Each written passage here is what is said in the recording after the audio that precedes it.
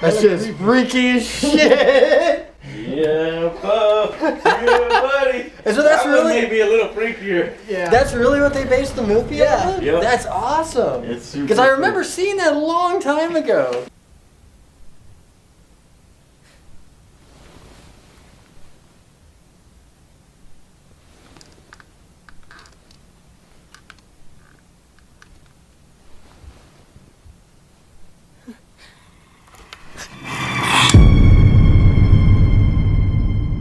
Hey guys, welcome to the Lights Out movie review. We just got back from the film. Just showed Angerbeard here the short film that this was based on. I saw this on Reddit, I think, many years ago, and boy, they fast-tracked the hell out of this That shit one. freaked me out when I first saw it. Yeah, got you about two years, maybe a year and a half till they finished this one off and got it out for public consumption in the movie theaters. And great job! Yeah. Great job. I was really hoping they didn't fuck it up. I was like, what are they going to do to extend this short film? 2 minute 30-second, right? Yeah. And now it's actually, this film wasn't overly long, No. which is good. I mean, they had to stretch it out. They like didn't you have to said. draw it out, so it felt perfect. Yeah, it got straight to the point, like Yes. right away. Right away, that's good. I love it when horror films can get straight to the horror. Yeah. There's something to be said for building tension, but if you can do it in a short amount of time span, that's a plus for me. They did it right off the They bat. did it right off the bat. Now, I wouldn't necessarily call this one super scary. Like, I wasn't as like terrified as maybe some of the better films that I've seen, like maybe, I don't know, Babadook. Yeah. I think I felt a little more scared, and maybe Conjuring and Conjuring 2 had a little more scares, but I would put this film right up there with those. Yeah. Because I really did enjoy it. I thought that the characters were very, very solid. It kind of bucks the horror trend where there's like a character you just want to see fucking die. No, all these characters are really cool, right? Yeah, you can relate to him. You don't want him to die.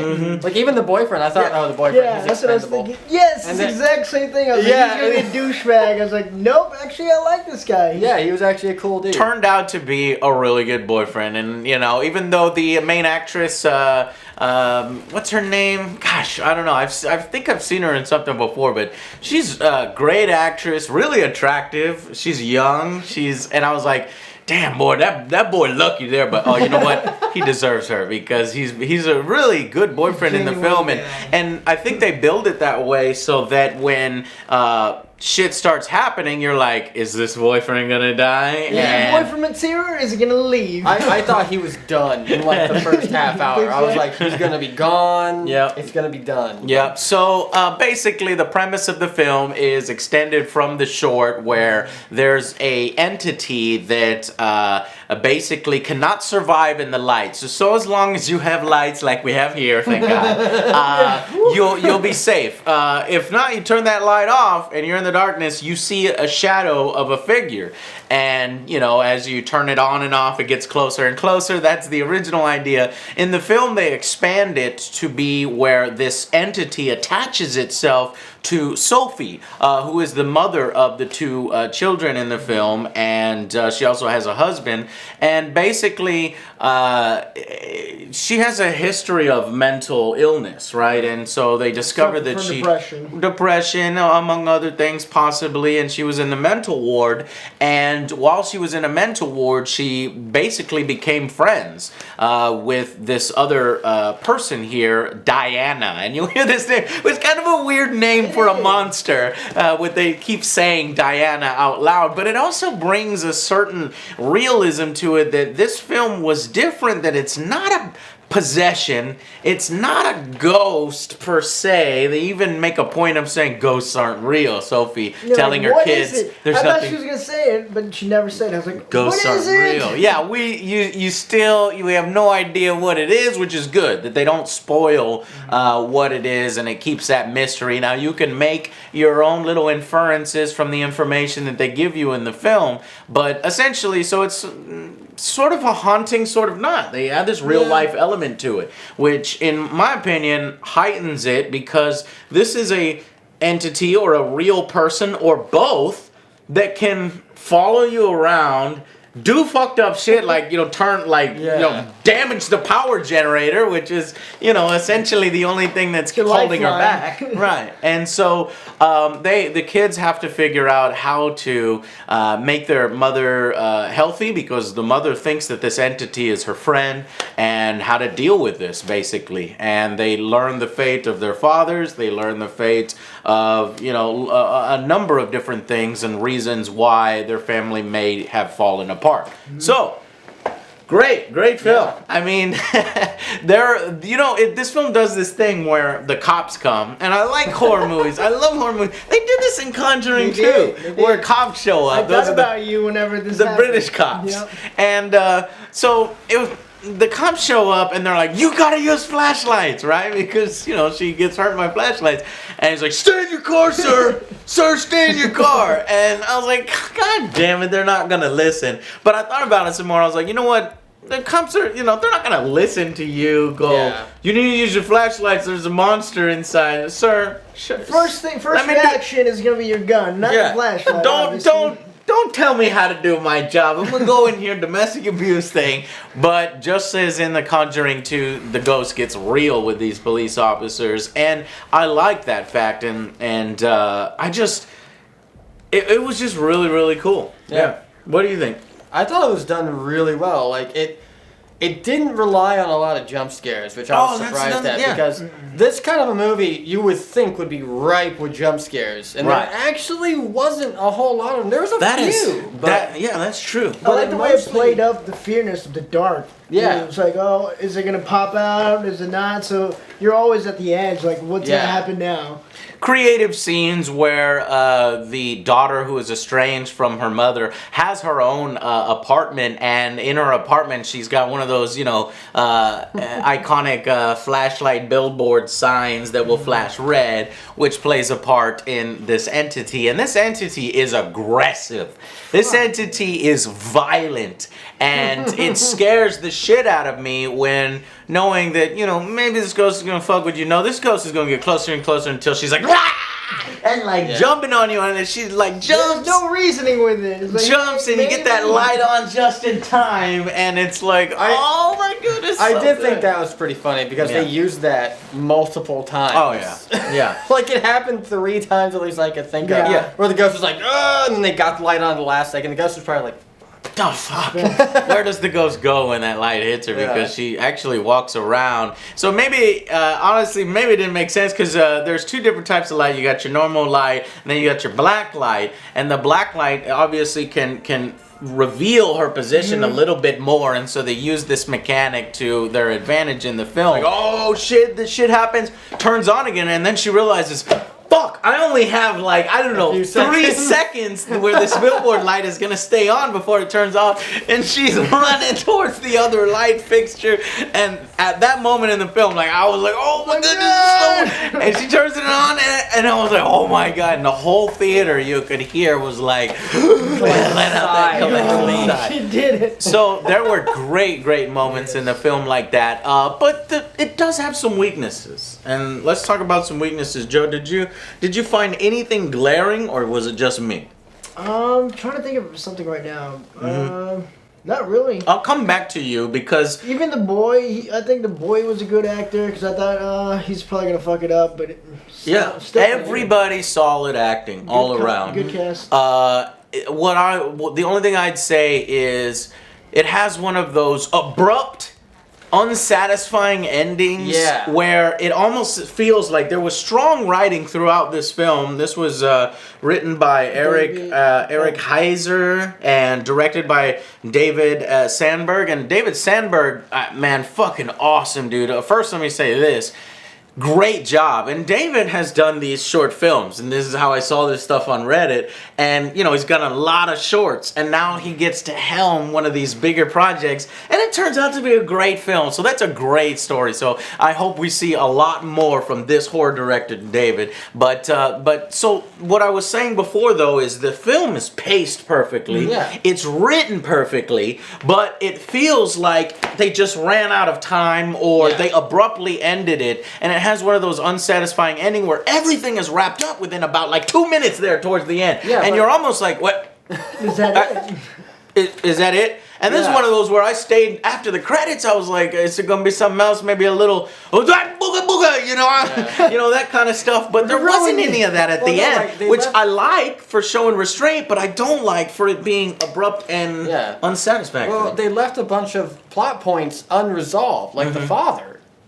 It's true, right? Like they didn't say. Well, it almost feels like they're keeping it open for a sequel. It's like, how are they going to, basically do another storyline? They could tie in this father, where there's obviously, she was remarried, so you've got a stepfather and you've got a father. The father left very early on in their lives, so I think that's probably how they're going to circle around and be able to do a sequel from the father. But without too many spoilers, we don't want to get too in depth on what that is. But I would recommend that you go out and see this in the theaters. It was kind of short, but it was short and to the point.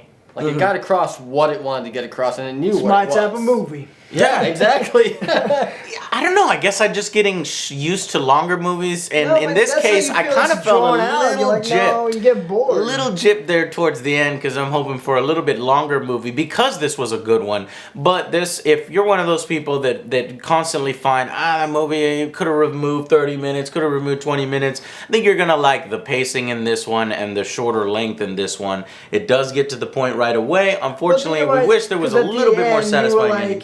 It just stopped. Like you were saying before, it just stops automatically at the end. Yeah. It felt like you wanted more. So I think that's a good thing, though. Yeah. Okay. Yeah. All right. It makes you want more. No, you don't think so? Because you're like, what happened? Let me see. Were we satisfied? Drawing you in. Were we satisfied? I was. I was satisfied to a point. I could have gotten more and been bought in even more, but I was satisfied to a point. So let's go final verdicts. We'll start with Beard. What did you think out of 10? If 5 is average, 10's best, 1 is garbage. I'm gonna give it a solid 7. 7. Okay. Because it was enjoyable. There's not a whole lot of good horror movies out there. This is true. They always fuck it up at the end. And this one didn't fuck it up at the end. It just resolved it real quick, a little quicker than you were expecting. Yeah. You know? Yeah, but it was a solid movie, and it was good. I enjoyed myself. I wasn't bored at any point. Correct. It got straight to the point, got right in there. It didn't draw itself out. So, solid 7 at least.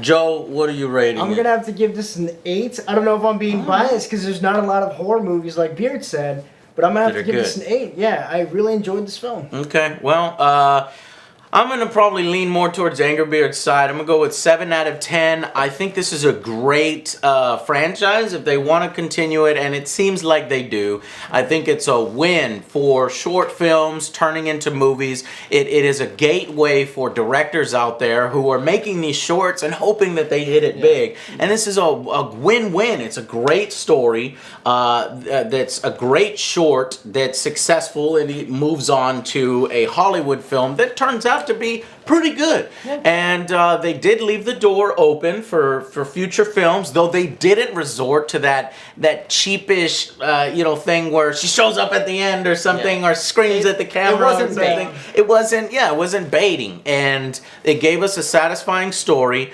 And so I'm going to end up at a 7. And you never know. That's one of the greatest things about this girl.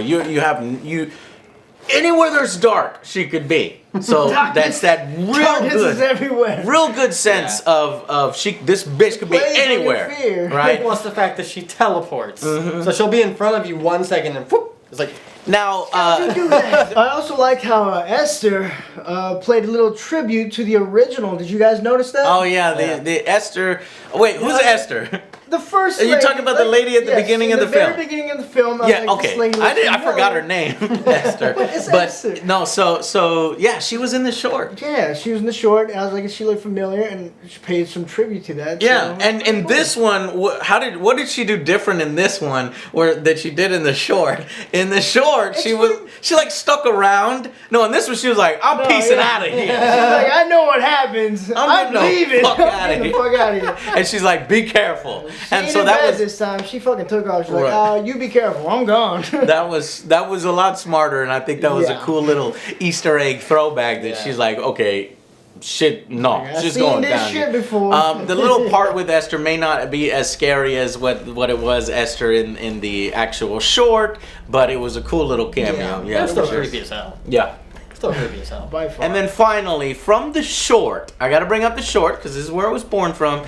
It's 2 minutes and 30 seconds, intense all the way through, and the actual lights out monster in the short to me is way creepier than like, you know, impossibly big grin and smile, like and she turns out the light. No fucking eyes, like the eyes are completely white. And she turns out the light, you know, and it's like you have no idea what's now happening in the darkness. Oh, she's dead. Yeah. Oh, she's dead. But this film, the character design, they completely changed the character design, and it was like, no, that was such a creepy character, and I would have loved to see that in the film, but no, they go for that standard. They do show her face at one point. I thought the whole time they were going to keep her shrouded, like the Ring or something like that, but no, they do show her face at one time during a black light scene, and it just really looks like your standard mummified zombie. It's you ruined a little bit of the mystique there, or going with that terrifying grinning, you know, monster in the actual show. Maybe he's just trying to do something new. It's like, oh, they already seen it. It's like a couple years old.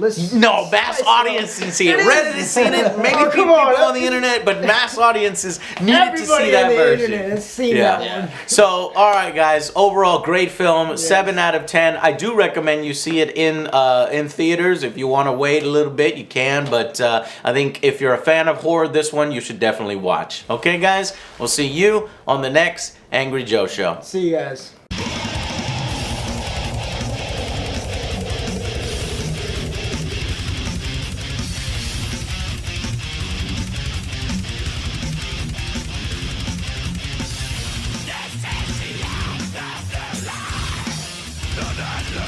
The